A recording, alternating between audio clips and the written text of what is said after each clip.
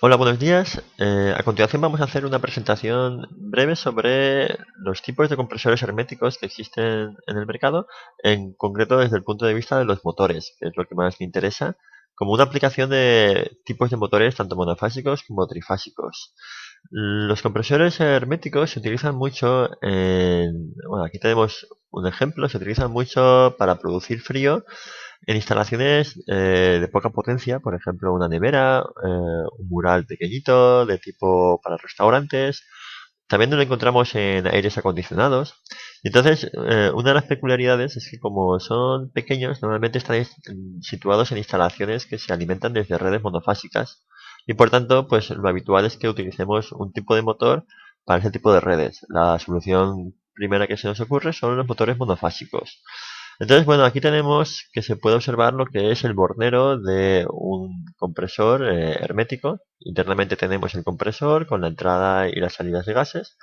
Por ahora esa parte no me interesa, me voy a preocupar solamente de la alimentación eléctrica. Bien, aquí tenemos otro ejemplo de compresor y tenemos aquí una serie de dispositivos. En este caso es un relé de intensidad y esto es un Clixon, que son los que vamos a ir viendo que nos permite ayudar a comprender el funcionamiento de ese tipo de motores. Que bueno, realmente, como ya conocemos la teoría sobre motores, vamos a ver que es muy sencillo. Aquí tenemos otro ejemplo de otro motor. Fijaros que tiene tres patitas.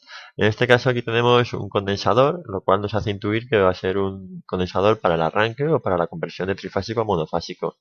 Bueno, si vamos a ver entonces, lo primero que haríamos para identificar qué tipo de motor es este, lo que hacemos es medir la resistencia que hay entre cada una de sus bornas. Tenemos tres bornas y las medimos. Entonces, bueno, esto es lo que hemos hecho aquí. Bueno, es decir, que he puesto voltios, me quería haber puesto ohmios con las prisas. Entonces, bueno, hemos dicho que había tres bornas y entre esta borna y esta borna me sale 3,2 ohmios, repito, no son voltios. Entre esta borna y esta borna 2,4 ohmios y entre esta borna y esta borna 0,8. A partir de estos datos, pues yo entiendo que es un motor monofásico, debe tener un terminal común y tener dos bobinados. El bobinado de arranque y el bobinado de trabajo. Este porque es el de arranque, pues porque tiene mayor resistencia y este porque es el de trabajo porque tiene menor resistencia. Y la suma de esta resistencia más esta, pues me da la resistencia total, 3,2 ohmios. Bueno, una vez hemos identificado las bornas, ahora tenemos que ver que ese tipo de motores, bueno, pues es un motor de fase partida, con dos bobinados, como vemos ahí, y utiliza un condensador para el arranque, como acabamos de ver en la presentación anterior. En concreto, aquí vamos a ver que tenemos un condensador de, bueno, no se ve muy bien, de 50 microfaradios. ¿Vale? Este sería el condensador. Entonces, volviendo a la conexión sería colocar la fase o el neutro, en principio la fase al trabajo, el neutro a la borna común y entre la borna de arranque y de trabajo pondríamos el condensador. Con esto pues podríamos ya hacer funcionar el motor.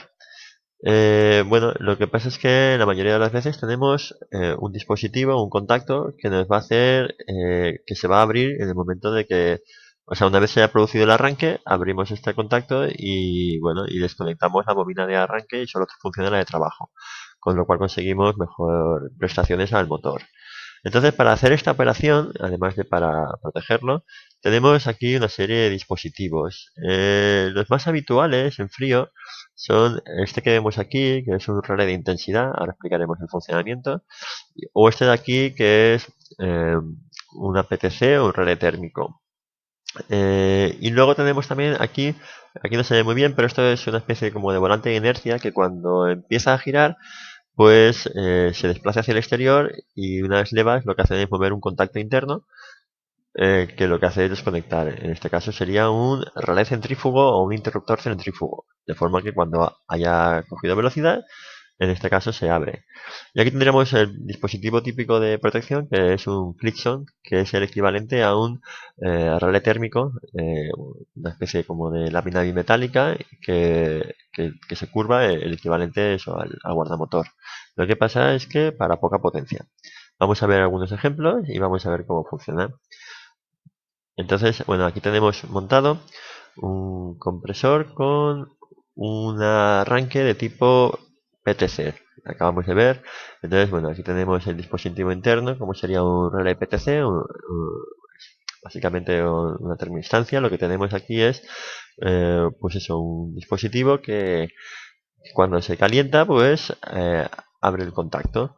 Entonces, eh, fijaros que el dispositivo dispone, por un lado, alimentaríamos la línea de esto que vemos aquí. Esto es el clickzone o el reloj de protección térmico, de forma que en caso de que haya una sobrecarga, se abra el circuito y proteja el motor. ¿Vale? Pasaría por aquí y iría al común. Y luego pues tendríamos la borna, esta que alimentaría, en este caso la P lo llaman al terminal principal o de trabajo, y a través de la PTC el de arranque. De forma que, bueno, lo tenemos aquí visualizado. Aquí tendríamos el clickzone y aquí tendríamos la termoinstancia o la PTC. De forma que cuando arranca, por aquí pasa la corriente y entonces cuando se calienta pues se desconectaría la termoinstancia y quedaría solamente conectada la bobinado principal, que es el de trabajo.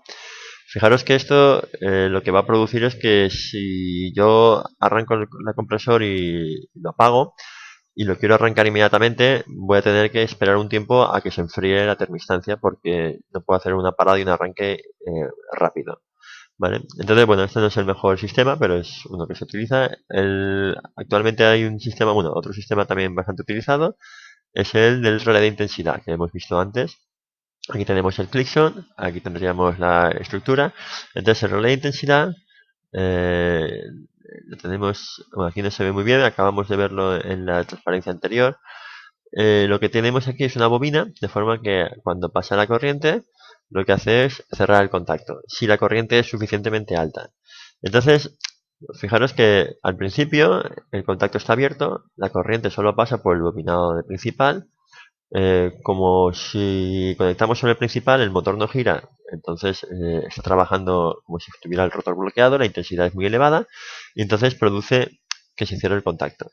Durante el proceso de arranque, la intensidad sigue siendo elevada, con lo cual el contacto sigue cerrado y una vez ya se ha producido el arranque, entonces la intensidad se estabiliza. Hemos que ver que tiene como una curva de arranque en todos los motores y este en concreto también. Y entonces lo que produce es que se estabiliza la señal, abre el contacto y por tanto desconectamos ya la bobina de arranque y se queda sola de trabajo.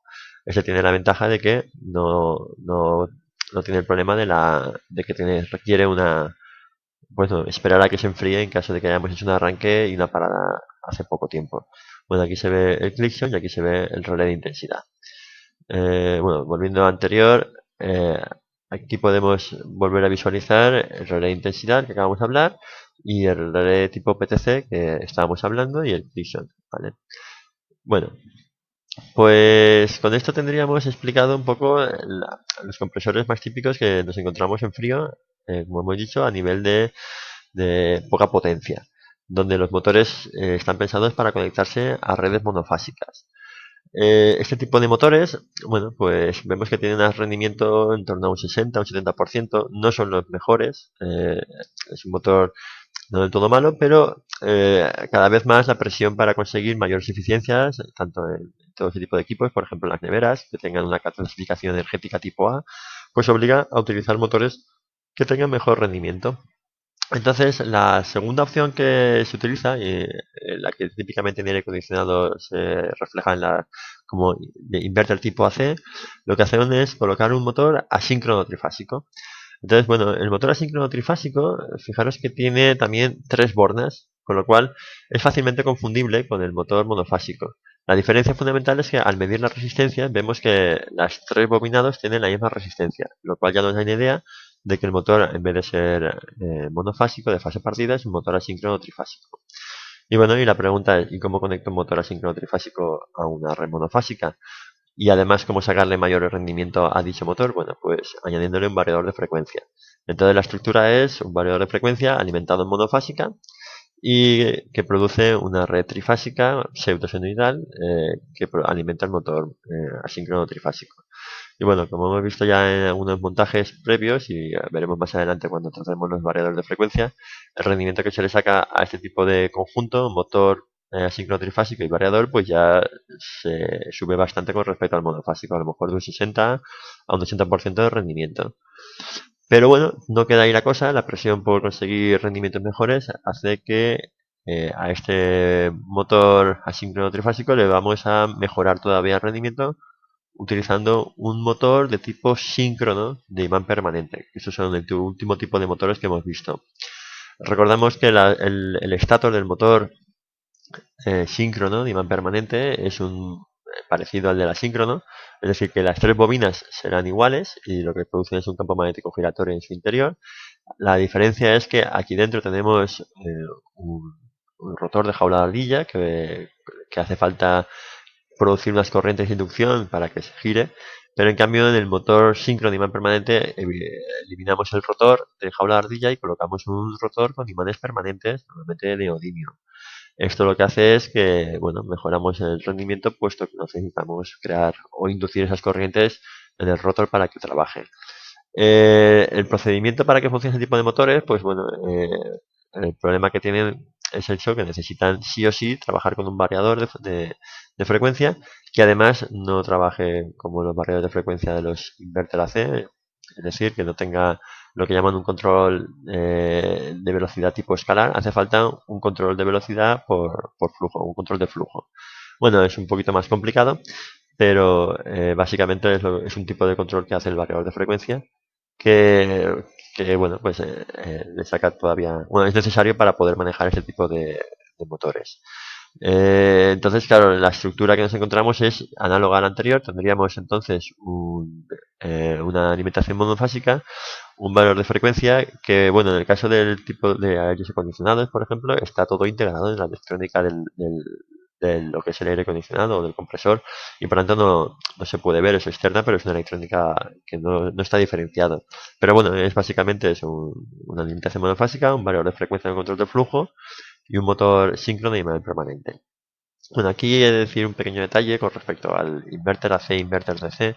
Esto no hace más que me confundir un poco porque bueno, el inverter hace referencia a que el motor es un asíncrono trifásico o sea, de corriente alterna, aunque realmente lo que está sacando un variador de frecuencia no es una corriente alterna, es una corriente pseudo sinusoidal porque son una alta frecuencia de pulsos. Y en ese tipo de motores, pues existen dos tipos de control de imán permanente, lo que llaman el, el control brushless tipo DC y brushless tipo AC. Y en este caso, bueno, independientemente de que sea un brushless tipo DC o un brushless tipo AC, hace falta un variador de frecuencia. La diferencia es que un brushless tipo DC pues necesita una baja frecuencia de conmutación y es el primero de los motores que se empezó a utilizar y entonces es como que el inverter sacaba corriente continua, pero no es cierto, también saca corriente alterna, solo que la pulsación que utiliza para los brushless tipo DC son de una baja frecuencia y por tanto la electrónica es más sencilla. Sin embargo, cada vez más pues se utilizan brushless tipo AC, con lo cual al final el tipo de señal que aparece aquí es la misma que nos encontramos en el otro. Pero bueno, la nomenclatura que utilizan los fabricantes pues muchas veces se mantiene, pero no hay que confundir esto con un motor de continua. Esto no tiene nada que ver con un motor de continua, ni lo que hay aquí es continua, ni lo que hay aquí es continua. O sea, nada, simplemente es un pequeño comentario. Y bueno, el inconveniente que tiene este tipo de motores es que así como, bueno, para el instalador, así como cuando nos encontramos un motor monofásico, para comprobar si es el compresor o no lo que funciona, simplemente con un condensador y una red monofásica lo arrancamos y vemos que gira. En este caso también le podemos colocar un condensador a una de las fases, crear una fase ficticia y con una red monofásica arrancarlo y sin problema ver que funciona. En este caso tenemos el problema de que no podemos hacer esto, porque si le colocamos un condensador y lo arrancamos, el campo magnético empezará a girar a la frecuencia de la red, 50 vueltas por segundo o 3000 revoluciones por minuto, dependiendo del número de poros, lo que sea. Y claro, el imán no es capaz de... O sea, tiene una inercia y le cuesta un tiempo de arranque. Entonces necesita que el campo magnético empiece a girar a una frecuencia poco a poco o sea, creciente. Es decir, empezar con 0, 5, 10, 15, 20 hercios, poco a poco creciendo para que el imán se vaya cogiendo. Y además hay que siempre estar el campo magnético siempre tiene que estar perpendicular a la orientación del imán o la polaridad del imán y eso solo se puede conseguir con control de flujo. Entonces, nada, olvidarse de colocar aquí un condensador y arrancarlo, porque lo que haremos será fundirnos y cargarnos el motor del compresor. O sea que si teníamos alguna duda de que había avería en el compresor o no, ahora ya estamos seguros de que hemos creado la avería. Así que nada. Vale, bueno, con esto simplemente un pequeño resumen que quería dar sobre ese tipo de compresores para, pues eso, entender un poco aplicaciones de distintos tipos de motores a la industria, pues de la producción de frío, que es una industria bastante genérica. Venga, hasta la próxima entonces.